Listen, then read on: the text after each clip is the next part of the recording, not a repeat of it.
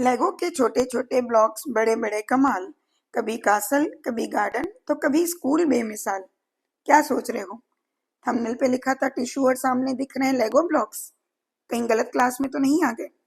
नहीं, क्लास तो एकदम सही है। बस इन लेगो ब्लॉक्स का ना हमको कनेक्शन समझना है। उसको समझेंगे हम हमारे चैप्टर टिश्यू इन एक्शन से।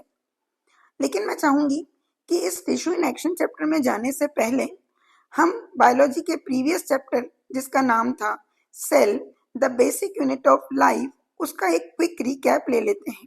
क्योंकि उस चैप्टर में हमको बोला गया था कि जो सेल है वो हमारी स्ट्रक्चरल और फंक्शनल यूनिट होती है, और ये एक इतनी छोटी यूनिट है। तो फिर हमारे दिमाग में एक क्वेश्चन आना चाहिए कि इतनी छोटी यूनिट इतने कॉम्प्लेक्स बॉडी डिजाइन, चाहे वो प्लांट हो चाहे एनिमल, कैसे बना लेती है, जिसमें दिल कभी छुट्टी नहीं लेता, दिमाग लगातार सोचता है, मसल हमको आगे बढ़ाते रहते हैं, और लंग्स हमारे लिए हर पल सांस लिए जा रहे हैं।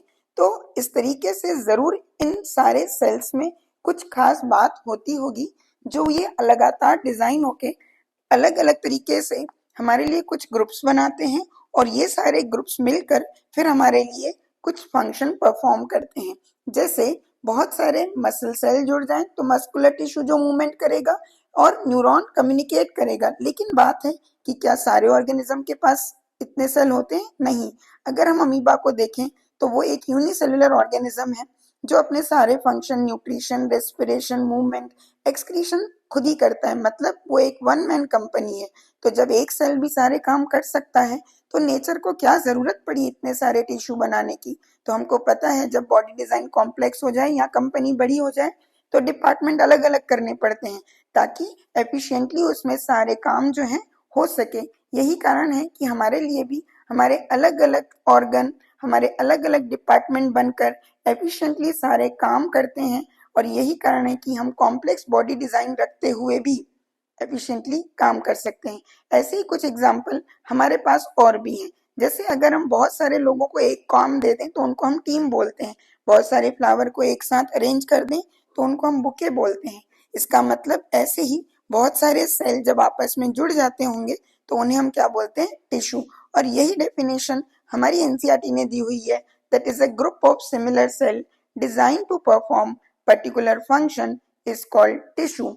इसका मतलब हमारी बॉडी में अगर देखा जाए तो जब मसल जुड़ते हैं तो muscular tissue which is responsible for movement, बहुत सारे न्यूरॉन जुड़ते हैं तो न्यूरॉन या ब्रेन बनता है जो हमको कम्युनिकेट करने में हेल्प करता है।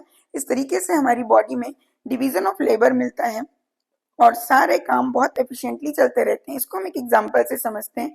अगर हम बाहर से एक बॉल देखते हैं तो देखती तो आंखें हैं, मैसेज ब्रेन को जाता है, तो हार्ट और लंग्स मिलकर ब्लड में ऑक्सीजन की सप्लाई बढ़ाकर हमारे मसल्स को मूवमेंट दे देते हैं ताकि हम उस बॉल को क्या कर सकें? कैच। तो इससे एक्सटर्नली तो प्रूफ हो गया कि इस चैप्टर का नाम टिश्यू इन एक्शन क्यों है।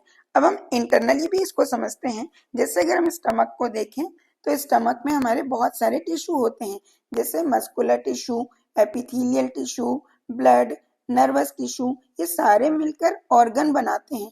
और ये ऑर्गन हिस्सा बनता है हमारे डाइजेस्टिव सिस्टम का।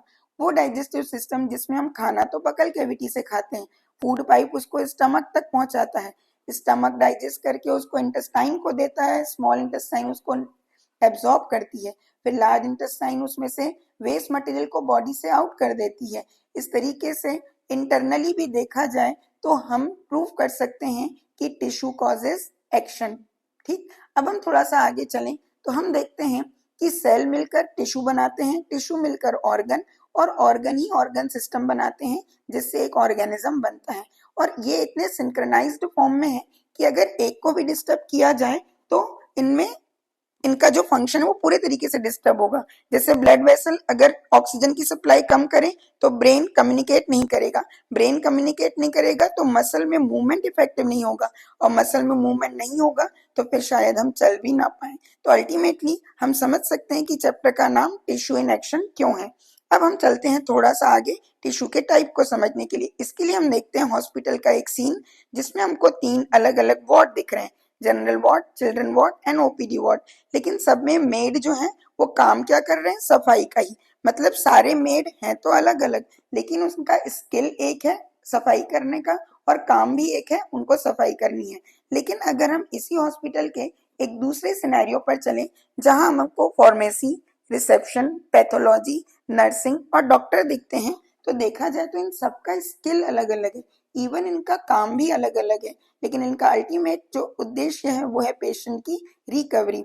इससे हमको समझ में आता है कि सिमिलर सेल भी मिलकर टिश्यू बना सकते हैं और डिफरेंट टाइप्स ऑफ सेल मिलकर भी क्या बनाते हैं, टिश्यू। बस उनका नाम अलग हो जाता है। अगर सिमिलर सेल होंगे तो उनको हम सिंपल टिश्यू बोलेंगे, और अगर वो डिफरेंट टाइप ऑफ सेल होंगे तो उसको हम क्या बोलेंगे, कॉम्प्लेक्स टिश्यू। तो मैं उम्मीद करती हूँ अब तुमको समझ आ गया होगा इन लेगो ब्लॉक का कनेक्शन हमारी बॉडी से, सिमिलर और डिफरेंट टाइप के परफॉर्म सिमिलर फंक्शन। अब मैं तुम्हारे लिए एक एनसीईआरटी का क्वेश्चन शो कर रही हूँ जिसमें लिखे हुए हैं दो स्टेटमेंट, कि एक स्टूडेंट बोलता है a tissue is a group of similar cell, जबकि दूसरा स्टूडेंट बोलता है this is true for simple tissue.